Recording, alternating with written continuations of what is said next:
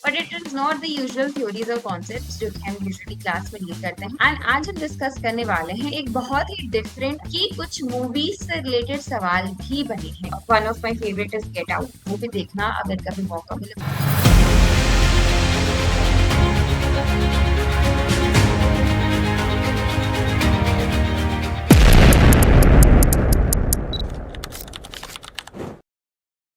Hi everyone and welcome to Power Within Psychology's YouTube channel. My name is Aditi Kumari and आज हम discuss करने वाले हैं एक बहुत ही डिफरेंट एंड बहुत ही इंटरेस्टिंग टॉपिक।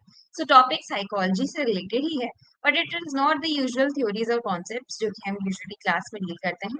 बट आज हम लेके आए हैं एक बहुत ही different movie related topic, which is basically कि आपके MPhil in clinical psychology entrances में अभी तक कौन कौन सी मूवीज पूछी जा चुकी हैं।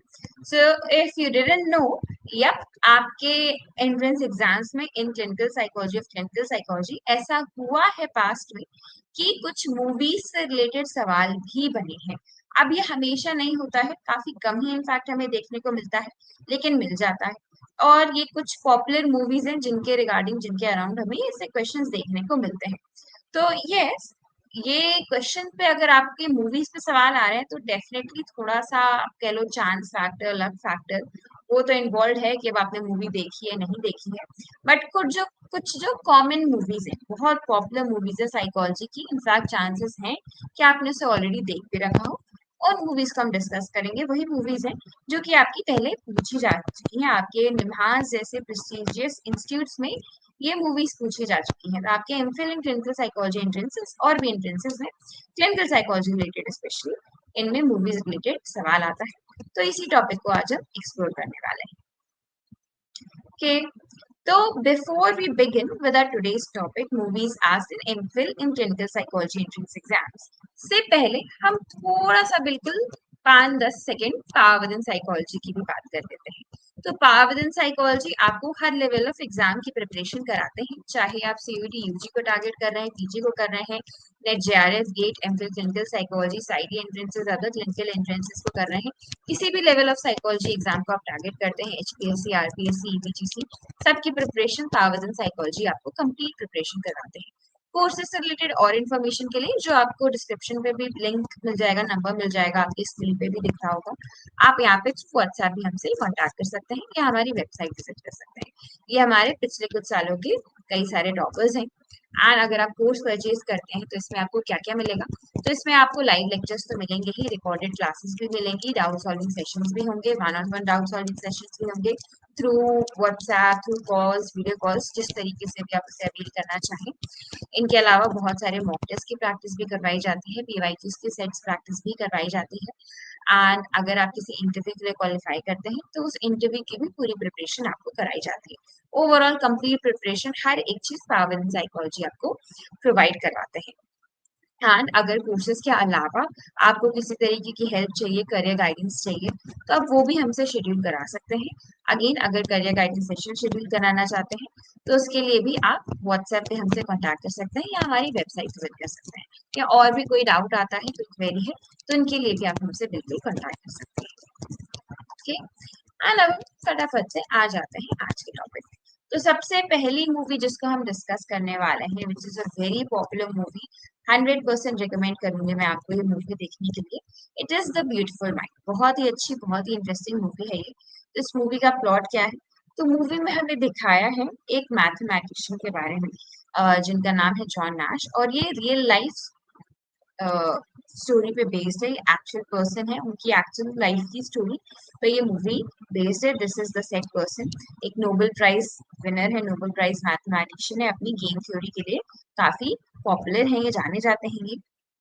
एंड सो दिखाया है कि ये prestigious mathematician he is working, and इनके साथ होता क्या है that he as is going he starts to have these paranoid delusions. इनको हर चीज को लेके थोड़ी सस्पिशियसनेस इनमें देखने को मिलती है। इनको जैसे न्यूज़पेपर्स आ रहे हैं, तो न्यूज़पेपर्स में इनको कोड्स नजर आ रहे हैं जिसको ये सॉल्व कर रहे हैं कि कोई इनसे कोड वर्ड के थ्रू कम्युनिकेट करना चाहता है। ये हैलुसिनेशन कर रहे हैं, हैलुसिनेशन भी ऐसे ही स्पाइस एंड ऑल के हैलुसिनेशन, कि ये किसी सीक्रेट मिशन पे काम कर रहे हैं। इवन तो ऐसा कुछ भी नहीं है, लेकिन इनके माइंड में these things are very real, because as we know कि जो साइकोटिक्स होते हैं वो रियलिटी फैंटेसी में बिल्कुल डिफरेंशिएट नहीं कर पाते, और इनके लिए जो उनको दिख रहा है, जो उनका बिलीफ है, दोज आर अनशेकेबल बिलीव्स, और आप उनको ऐसे, उनके लिए बस वही अब रियलिटी बन चुकी है, वही फैंटेसी इज द रियलिटी। तो यहाँ पे भी हमें कुछ ऐसा ही देखने को मिलता है in case of John Nash. तो फिर इनको इसके अलावा भी इनको और हैलुसिनेशंस होते हैं ऑफ पीपल, एक छोटी बच्ची का, बड़े लोगों का हैलुसिनेशन कोई इनके पीछे आ रहा है, इनके पीछे पड़ा है, ऐसे पर्सिक्यूटरी डिल्यूजन्स भी होते हैं इनको।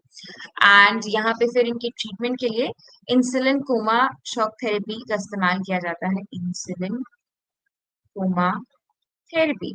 ये भी एक इम्पॉर्टेंट कॉन्सेप्ट है जिसके बारे में आपको पता होना चाहिए।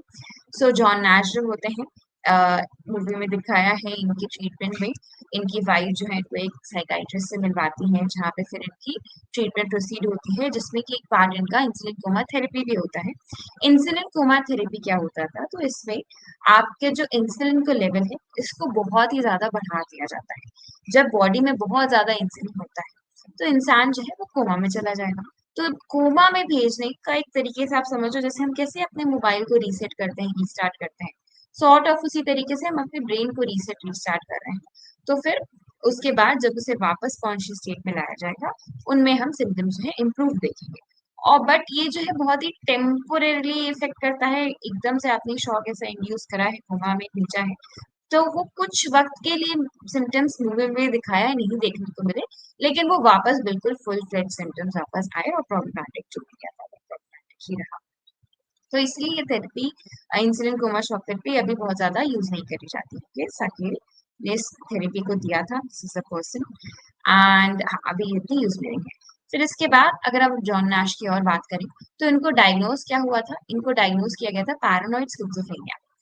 अब यहाँ एक और जानने वाली बात है कि ये आपसे पूछ सकते हैं बाय द वे कि इनको क्या क्या था, द ब्यूटीफुल माइंड मूवी में क्या डायग्नोसिस था। इसी तरीके के मूवी रिलेटेड सवाल आता है कि XYZ मूवी में क्या डायग्नोसिस देखने को मिला। तो इतना समरी आपको पता होना चाहिए, अगर आप मूवी नहीं देखते हैं तो समरी जस्ट नहीं समरी। तो अभी ये जो केस है बहुत पुराना केस है। करेंटली DSM-5 के अकॉर्डिंग स्किज़ोफ्रेनिया क्या है, स्पेक्ट्रम पे है। DSM-5 के according we have schizophrenia, schizo short form में लिख लें, as a spectrum disorder. Okay, मतलब कि अब हमारे पास इसके अलग अलग टाइप्स नहीं है। पहले हमारे पास पैरानॉइड स्किज़ोफ्रेनिया था, रेसिडुअल था, डिसऑर्गेनाइज्ड हेपेफ्रेनिक स्किज़ोफ्रेनिया था, अनडिफरेंशिएटेड स्किज़ोफ्रेनिया था। तो ऐसे अलग अलग टाइप्स थे हमारे पास। कि इस पे अगर आपको और डिटेल चाहिए स्किज़ोफ्रेनिया पे, तो यही पावर विदिन के यूट्यूब चैनल पे एक फ्री वीडियो करी है ऑन स्किज़ोफ्रेनिया, जहाँ पे स्किज़ोफ्रेनिया वेब स्पेक्ट्रम में क्या है, इससे पहले क्या था, उनके मतलब क्या है, अभी कैसे डायग्नोसिस होता है, क्या ड्रग्स दी जाती हैं, इन सबको हमने डिटेल में डिस्कस करा है। तो आप वो वीडियो को रेफर कर सकते हैं। नाउ कमिंग बैक, तो यस, पहले स्पेक्ट्रम पे था, पहले नहीं था, हमारे पास अलग अलग टाइप्स थे, अब नहीं, अब स्किज़ोफ्रेनिया स्पेक्ट्रम डिसऑर्डर है, एक ही डायग्नोसिस होता है इसका। पहले we had different different types. तो जॉन नैश के केस में इनको क्या डायग्नोस किया गया था, इनको डायग्नोस किया था पैरानॉइड स्किज़ोफ्रेनिया टाइप था। पैरानॉइड स्किज़ोफ्रेनिया में क्या देखने को मिलता था, जहाँ पे बहुत ज्यादा सस्पिशियसनेस रहती है, सस्पिशियसनेस, मिसट्रस्ट रहता है लोगों को लेके, चीजों को लेके। बताया ना कि न्यूज़पेपर्स में भी कोड्स ढूंढते थे, और ऐसे ही सोचना इनके पीछे पड़ा है, डेंजर में है ये, और इस तरीके की हैलुसिनेशंस भी होना। तो दिस वाज पैरानॉइड स्किज़ोफ्रेनिया। ये पैरानॉइड स्किज़ोफ्रेनिया का प्रोग्नोसिस थोड़ा अच्छा, प्रोग्नोसिस मतलब पता है कि आउटकम किस तरीके का निकलेगा, क्या हो पाएगा नहीं हो पाएगा। तो पैरानॉइड स्किज़ोफ्रेनिया का आउटकम वैसे प्रोग्नोसिस एज कंपेयर टू बाकी टाइप्स अच्छा देखा जाता है, देखा जाता था, अब तो स्पेक्ट्रम। तो इनको पैरानॉइड स्किज़ोफ्रेनिया में क्या-क्या सिम्पटम्स देखने को मिलते थे, इनको हैलुसिनेशंस होते थे, विजुअल ऑडिटरी दोनों इनको दिखाई देती थी, एक बच्ची दिखाई देती थी, आदमी चार्ल्स नाम का दिखाई देता था, और भी लोग दिखाई देते थे, अ, और जो कि इनसे डायरेक्टली बात भी करते थे। सेकंड पर्सन ऑडिटरी हैलुसिनेशंस होते थे इनको। एंड देन इसके अलावा मूवी में ऐसा दिखाया है कि बहुत टाइम हो गया है, एंड नाउ इनको कैसे रियलाइज होता है, बिकॉज दिस डिल्यूजन हैलुसिनेशन ये तो बहुत ही ज्यादा स्ट्रॉन्ग है, इतना ज्यादा इजिली ये हटते नहीं है, दे वेरी वेरी स्ट्रॉन्ग। तो इनको कैसे ये चीजें रियलाइज होती है जब बहुत ज्यादा टाइम हो जाता है, बहुत ज्यादा साल बीत जाते हैं, एंड वो जो बच्ची है she didn't age at all. वो जो हेलुसिनेशन है इनका, दैट चाइल्ड, वो बिल्कुल भी उसके लाइफ में, एज में कोई चेंजेस नहीं आते। तो इनको ऐसा लगता है कि ओके परहैप्स बाकी जो कह रहे हैं कि I am hallucinating, that might, ऐसा मूवी में दिखाया है। ओके, बाकी ट्रीटमेंट में तो ऑफ कोर्स साइकाट्रिक ट्रीटमेंट इनका चला है, साइकोलॉजिकल ट्रीटमेंट इनका चला है। एंड हाँ, सो स्किज़ोफ्रेनिया आपकी परमानेंटली क्यूरेबल कंडीशन कंडीशन नहीं है, इसका कोई परमानेंट क्योर नहीं है एज ऑफ नाउ। बट अगर एक पर्सन अपना साइकाइट्रिक मेडिकेशन कैरी ऑन करते रहे तो वो एक अच्छी जिंदगी, नॉर्मल जिंदगी जी सकते हैं। तो इनके केस में भी he did continue to have these hallucinations या डिल्यूजन्स, लेकिन बहुत ही कंट्रोल्ड वे में इन्होंने चीजों को मैनेज करा। वापस से इनका वर्क वगैरह भी शुरू हो गया था। He joined his institute again, started working as a professor. Things eventually turned out fine for him. Okay, तो इनके मूवीज के अलावा इनकी अगर हम पर्सनल लाइफ की बात करें तो इनके बेटे को भी स्किज़ोफ्रेनिया डायग्नोज किया गया है, बिकॉज स्किज़ोफ्रेनिया की बहुत ही स्ट्रॉन्ग जेनेटिक लिंकेज होती है। अब ऐसा नहीं है कि अगर आपको स्किज़ोफ्रेनिया है तो आपके बच्चों को भी होगा, दैट इज नॉट मैंडेटरी, ऐसा कुछ नहीं है। बट हाँ, प्रीडिस्पोज्ड हो तो वल्नरेबिलिटी है, चांसेस है कि एज कम्पेयर टू बाकी की पॉपुलेशन थोड़ा रिस्क ज्यादा है। एंड बाकी इंसान नॉर्मल लाइफ जी सकता है, सही मेडिकेशन सही ट्रीटमेंट चलता रहे, person can live peacefully. And इसके अलावा इनको delusion of persecution and grandiosity भी होते थे। ऐसा लगता था कि मुझे ही चुना गया है एक बहुत ही सीक्रेट मिशन के लिए और मेरे पीछे लोग भी पड़े हुए हैं जो कि मुझे खत्म करना चाहते हैं, कि इस तरीके के इनको डिल्यूशन होते थे। तो यहाँ से व्हाट कैन बी आस्क्ड, क्या पूछा जा चुका है, ये कहता है कि ये कौन से, ऐसा सवाल आता है कि कौन से फेमस मैथमेटिशियन हैं जिनको कि स्किज़ोफ्रेनिया डायग्नोज किया गया था, मुझे नाम पता होना चाहिए। It was John Nash. क्या डायग्नोसिस था उस समय इनका? It was paranoid schizophrenia. तो इस तरीके की चीजें बेसिक समथिंग। तो ये हमारी थी पहली मूवी। बाकी मूवी बहुत अच्छी है, आपको आई वुड डेफिनेटली रिकमेंड, अगर आप देखना चाहो तो आप बिल्कुल देख सकते हैं। Next up we have Shutter Island. Shutter Island मैंने बहुत पहले देखी थी, बट आई डू रिमेम्बर कि ये भी बहुत अच्छी मूवी है। ओके, अब इस मूवी में क्या है, तो इस मूवी में आपको दिखाया गया है एक यूएस मार्शल के बारे में। तो वो जो है वो एक इस तरीके के सेटअप पे आप देख रहे हो, तो this is your shutter island, जहाँ पे आसपास कुछ नहीं है, it's an island, very isolated island, और यहाँ पे साइकाइट्रिक पेशेंट्स हैं। और ये यूएस मार्शल यही एक्सप्लोर कर रहे हैं कि इन साइकाइट्रिक पेशेंट्स के साथ क्या जो बुरा हो रहा है, ये गायब हो जा रहे हैं घर से, ये जो क्या क्या चीजें यहाँ पे गलत सलत चल रही हैं उनको ये एक्सप्लोर कर रहे हैं। ये खुद भी यहाँ पे हैं, एंड क्राइम्स वगैरह इन्वेस्टिगेट कर रहे हैं in the US marshal. And plus there is something like कि इनकी वाइफ की डेथ भी हुई है, जिसका जिसके लिए जो पर्सन रिस्पॉन्सिबल है वो भी नहीं है, it's also sort of on his part two revenge, ऐसा आप कह सकते हो। तो अभी इसमें होता क्या है कि ये चल रहा है, इनकी इन्वेस्टिगेशन चल रही है, इनके साथ और भी इनके पार्टनर। फिर एंड में बहुत बढ़िया प्लॉट ट्विस्ट आता है। अब अगर आपने ये नहीं देखी है तो आई वुड, अगर आप सोच रहे हो कि मैं इसको देखना चाहता हूँ, तो अगला मे बी 10-15 सेकेंड शायद आप इसको स्किप कर दो वीडियो को, बिकॉज अगर आप सोचे इसको देखने, बहुत अच्छी मूवी है, लेकिन मैं आपको ऐसा प्लॉट ट्विस्ट बता दूंगी तो आपको मजा नहीं आएगा देखने में। लेकिन अगर आप नहीं देखना चाह रहे हो तो आपको लगता है टाइम इन्फॉर्मेशन नहीं देखनी, तो सुन लो। तो प्लॉट ट्विस्ट ये है कि इन रियलिटी ये खुद भी कोई यूएस मार्शल नहीं है, ये खुद भी पेशेंट ही है जो कि वहां पे है। सो इन्होंने अपनी दूसरी ही आइडेंटिटी ही बना रखी है।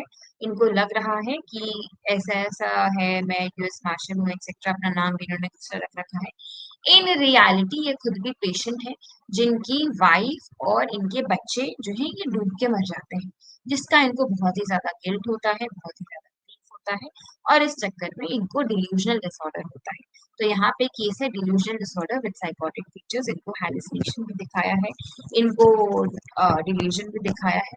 मूवी में यहाँ बताया गया है मेजरली डिल्यूजन ही है इनके, with a bit of hallucination. तो इसीलिए इनका डायग्नोसिस डिल्यूजनल डिसऑर्डर का हुआ है। हालांकि काफी क्लिनिशियंस होते हैं, क्लिनिकल पीपल कहते हैं कि यहाँ जो डायग्नोसिस है ये स्किज़ोअफेक्टिव हो सकता है।